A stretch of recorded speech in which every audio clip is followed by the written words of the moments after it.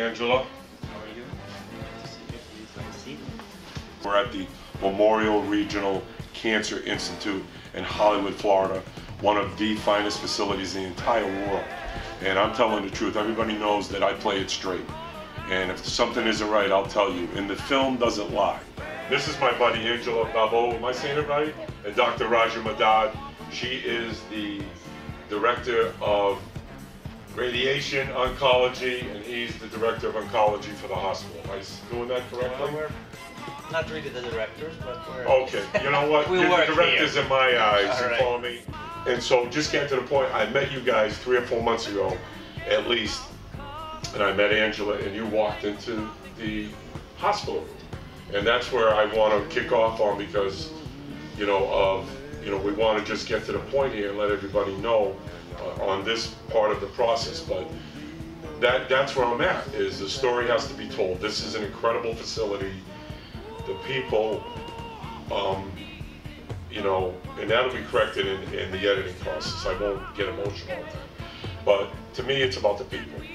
And the facility is phenomenal, and it's about that first interaction. And I know you do that with all the patients, you follow me? And it's not easy, because you both taught me a lot. From your trick with the olive oil on the inner mouth, and your trick with the baking soda, which maybe isn't in the booklet, but it's a way to do that. And then your both observation about me doing hydration every day, which is going to help the process, the dental clearance. This is such an educational process. It's hard to believe, and I want all the yos that follow me, and they know I'll never do Twitter, and the yos that follow me around the world that want to just pick my brain, well, how can I get my record played on the radio? How can I become a star? How can I do this? And they don't want to pay their dues, and they don't want to listen. And I will go into that later on my own time about being convoluted and doing this, that, whatever. And this is about telling you your health is the most precious thing you have. As you remember, when we first met, you were extremely, extremely nervous and anxious. Like every patient who was recently told that they have cancer. I agree with you. Absolutely, right? And in your case, I mean, obviously the main thing we were dealing with is that you had this lump in the throat that you'd been noticing for a while, and for whatever reason, that time was the time to discover what it was. And for us, I mean, obviously for you that's a new thing. For us, we see this every day, so, but we have to always remember that, for the patient, just telling them they have cancer is a huge thing. And we don't take that lightly, even if we do it every day. We do it as if it's the very first time, we're telling everybody, which is the case. And we always want to work as a team. I mean, that's really what makes us a little bit different, is we work as a team. So you don't just see one doctor and that doctor just does what he or she wants. We bring a team of professionals, including, and most importantly, is the psychological support. We see this as a journey.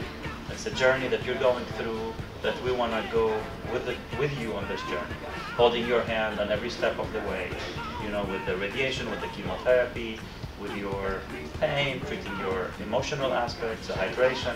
So really, it's a journey that we all take to get to where we want you to be. And I wanted to ask Angela a question, but just to elaborate on that, and that goes back to the integrity and the character of people and the way you just run the entire facility here. You talk about a team effort, and that's what I'm trying to portray to the general public and people that are maybe trying to choose a facility. Absolutely. And they can understand from my aspect, and the whole world already knows that I'm crazy, and I don't. You said a joke here when we were sitting, Angela. He says, that's all, because he knows I don't stop talking. You know that too. I mean, and it's good for them, because I'm going to listen to them, and I guess it's an everyday, Angela, education process. Because the other thing you said when I saw the pamphlet when I came in, that 90% is attitude.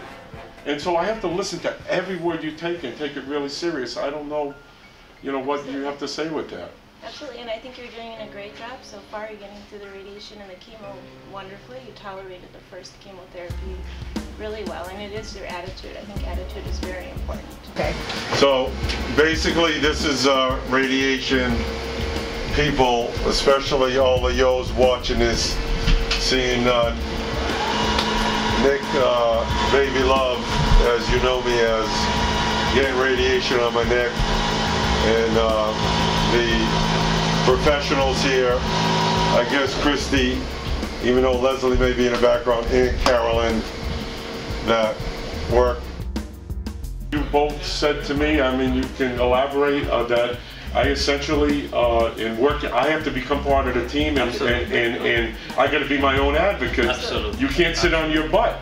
This is what I'm trying to portray to the public here and get the word out. You gotta take care of your health, and you gotta be proactive in your health. I mean, you know, you can trust your doctors as much as you can, and the facility, but you know, part of the responsibility is also, there is a part you have to do, which, like you've experienced. I mean, there are things you have to go and show up to do. There are recommendations you have to follow, and you have to remember, you know, you gotta push. This is not an easy journey. As long as you're pushing and you're moving forward, even small steps, that matters. I mean, like you said, the team thing, it's amazing how you guys interact and work together, and it's all about human beings and treating them. You're doing great too. Look how great you look right now. We're already into treatment, so. Well, I mean, but how are you feeling? That's the most important thing. We're feeling good about it too. We're happy to see you looking so well. You have a patient, Jerry Rock, that I met, and he has allowed me to use his name. I wouldn't mention his name. I had a conversation with him, and he said, I wish I would have been like you and done the hydration and been proactive, and maybe I wouldn't have had the feeding tube and whatnot. And I said, you know, I just think the doctors are so, you know, active, like you said, proactive. And when I mention like Jerry Rock or whatever, it is, and I'm constantly, because I'm thinking ahead here, I'm losing my train of thought. I am on medicine, and you can see I got 2 IDs, and I just got blood work that marked Dr. Mudad, but it's about all the patients in the entire facility. I think everybody runs their facility in such a manner, you know what I mean, but I think there's such a unique personal touch here.